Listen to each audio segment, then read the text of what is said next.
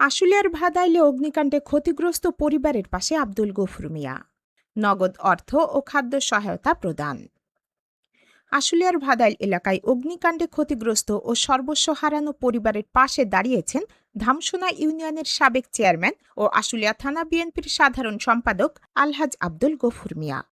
মানবিক এই উদ্যোগের অংশ হিসেবে ক্ষতিগ্রস্ত পরিবারগুলোর মাঝে নগদ অর্থ ও খাদ্য সহায়তা প্রদান করা হয়েছে।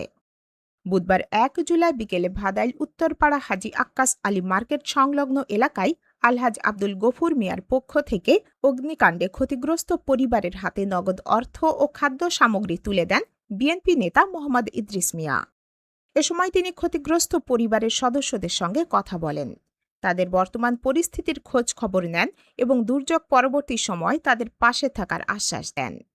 তিনি বলেন, অগ্নিকাণ্ডে অনেক পরিবার তাদের ঘরবাড়ি ও প্রয়োজনীয় মালামাল হারিয়ে মানবেতর জীবনযাপন করছেন। এমন পরিস্থিতিতে সমাজের বিত্তবান ও সামর্থ্যবান ব্যক্তি, বিভিন্ন সামাজিক সংগঠন এবং মানবিক প্রতিষ্ঠানগুলোর উচিত ক্ষতিগ্রস্ত মানুষের পাশে দাঁড়ানো। এ সময় উপস্থিত ছিলেন বিএনপি নেতা মোহাম্মদ কামাল, মোহাম্মদ সেলিম হোসেন, মোহাম্মদ বাবুল, মোহাম্মদ মিজান সহ বিএনপির অঙ্গ সংগঠনের নেতাকর্মীরা। তিনি আরও বলেন, আলহাজ আব্দুল গফুর মিয়ার নির্দেশনায় এই সহায়তা কার্যক্রম পরিচালিত হয়েছে এবং ভবিষ্যতেও এলাকার যে কোনো দুর্যোগ ও সংকটে অসহায় মানুষের পাশে থাকার এই মানবিক উদ্যোগ অব্যাহত থাকবে।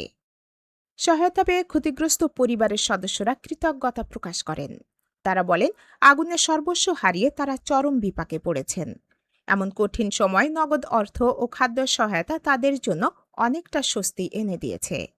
স্থানীয় বাসিন্দারা আলহাজ আব্দুল গফুর মিয়ার এই মানবিক উদ্যোগকে সাধুবাদ জানিয়ে বলেন, দুর্যোগের সময় ক্ষতিগ্রস্ত মানুষের পাশে দাঁড়ানো নিঃসন্দেহে প্রশংসনীয়। তারা আশা প্রকাশ করেন, সমাজের অন্যান্য সামর্থ্যবান ব্যক্তিরাও এ ধরনের মানবিক কর্মকাণ্ডে এগিয়ে আসবেন। এবং যারা এখানে আছেন সকলকে আমি আমার অন্তরস্থল থেকে শুভেচ্ছা জানাই।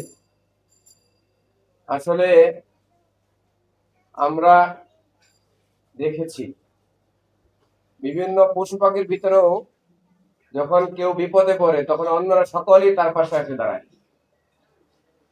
আর সেখানে মানুষ তো হলো সৃষ্টির ভিতরে সেরা। তো মানুষের বিপদে মানুষ এগিয়ে আসবে, এটাই স্বাভাবিক। এরপরও আমরা অনেক ক্ষেত্রে দেখি অনেকেই কিন্তু আসলে এর বিপরীত মুখে চলে, মানুষের বিপদ দেখেও পাশ কাটিয়ে যায়।